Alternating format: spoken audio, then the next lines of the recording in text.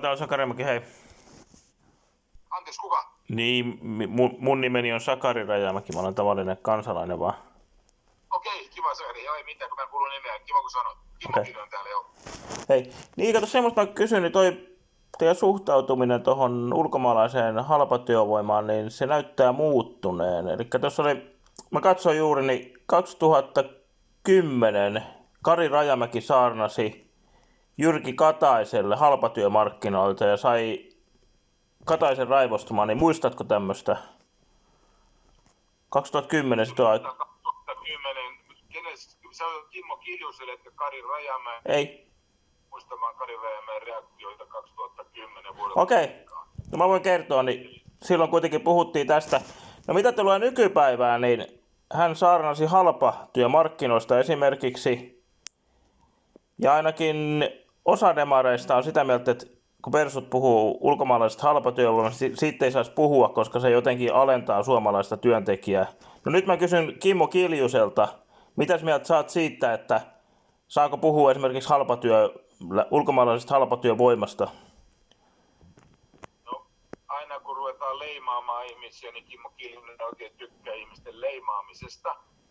Se on toisaalta tiedetty asia, että ulkomaalaista työvoimaa, kun tänne tulee, niin usein tulevat matalapalkkaisimmille aloille ja vähän semmoisiin raskaampiin työtehtäviin, niin kuin hyvin tiedetään lähihoitajista, bussinkuljettajiin ja roska-autokuskista.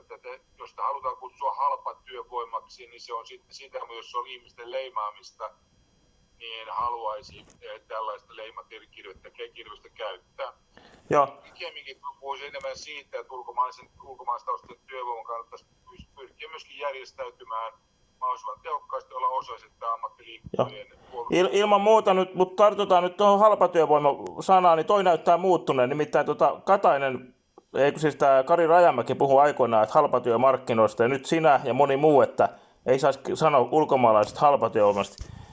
Niin kyllä sä nyt varmaan itsekin myönnät, että taksiuudistuksen jälkeen niin täällä ulkomaalaiset on vieneet suomalaisten työpaikkoja tuon Rautatien torilla, kun käy, niin ei siellä ole suomalaisia kuskeja ja ne tekee halvemmalla.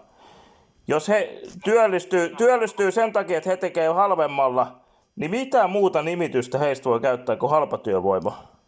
No aina voi käyttää nimityksiä, jos te haluatte käyttää nimityksiä, sopihan se teille ja kaikki voi käyttää erilaisia nimityksiä. Olennaiset tässä kai on maailmanlaajuisesti tietysti taksit on usein ulkomaalaistaustaisia, kyllä. Ja tässä kai olennaisinta on sekin, että nämä ihmiset, kun toisaalta meillä on liian usein tämmöinen argumentti, se on varmaan tuttu sinullekin, että tänne tullaan sosiaaliturvan varassa elämään, kun tänne tulee ulkomaalaisia väestöä. Ja kuuntelit loppuun minun lause. Niin tulevat sen elämään sosiaalityö ovat laiskoja, että teet töitä täällä. Ja sitten toisaalta sitten on tämä toinen arvio, siitä sä uploadit tietysti tästä, näinhän se on, että käytetään sosiaaliturvaa hyväksi ja ei tehdä töitä. Ja sitten toisaalta kun he tekevät töitä, niin sitten syytetään heitä jälleen siitä, että he vievät suomalaista työpaikkoja. Ja nyt siinä taitaisi tässä argumentaatiossa olennaisinta olla se sana ulkomaalaistaustainen väestö, eikä mikään muu. Noihan kaksi... Nobeliuksen hengessä katsomaan, että täällä Suomessa asuu hyvin erilaisia ihmisiä erilaisilla taustoilla. Tärkeää, että kaikki rakastaa. Mun täytyy nyt keskeyttää, koska noi asiat, että ne vie työpaikkoja ja on sossun tuilla, ne ei ole millään lailla ristiriidassa. Ei olekaan, kun nyt suomalaisetkin tekee. Täällä asuvat ihmiset ja viet toisiltaan työpaikkoja kuin täällä, mutta toisaalta ne myöskin maksaa veroja ja kaikki, jotka täällä on. Se ulkomaalaisväestöhän maksaa veroja enemmän kuin käytetään tähän ulkomaalaisiin erilaisiin tukijärjestelmiin. Eli he ovat... Sitä mä oikein uskon. Miksi? Sen vuoksi, että ne on työssäkäyvää ikää. Meillä on valtaväestössä, meillä on merkittävämpi osa on passiiviväestöä. Nämä on useimmiten aktiiviväestöä kaikki. Mut etkö sä nyt... Se on meille rikkaus eikä menetys.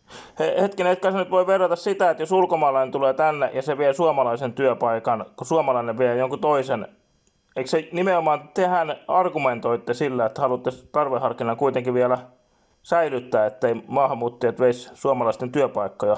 Näinhän muuten Rinne sanoi 2015. Onko sekin nyt väärin sanoa, että maahanmuuttajat vie suomalaisten työpaikkoja?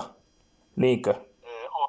onhan se väärin sanoa, että maahanmuuttaja vie suomalaisia. Se on totta. Kun ne samalla luo työpaikkoja. Jokainen maahanmuuttaja täällä veron maksaa ja kuluttaa tässä yhteiskunnassa ja niin edelleen. He tuovat tähän Suomeen ja niin kuin jokainen syntyvä suomalainenkin aikanaan tekee töitä tässä maassa. Niin se maahanmuuttaja on niin kummempi ihminen kuin suomalainen ihminen. Kaikki on ihmisiä. On, mutta hei, väität sä nyt ihan oikeasti, jos tuolla joku taksikuski vie suomalaisen työpaikan, että sillä rahalla kun se kuluttaa, niin se loisi yhden työpaikan. Ei varmasti tapahtuu. Kyllä he vie. Ihan varmasti maahanmuuttajaväestö työllistyy ja tukee suomalaista yhteiskuntaa aivan samalla tavalla keskimäärin enemmän kuin suomalainen. Ei pidä paikkas. Niillä on huonommat palkat. Ja... Se pitää paikkansa, koska ne on työssä käyvää väestöä. Joo, mutta niillä on huonompi palkka. On huono palkka tai ei, mutta he ansaitsevat tälle maalle enemmän kuin he kuluttavat verotuksia muun kautta keskimääräinen suomalainen. Mutta nämä faktat ihan kohdalleen.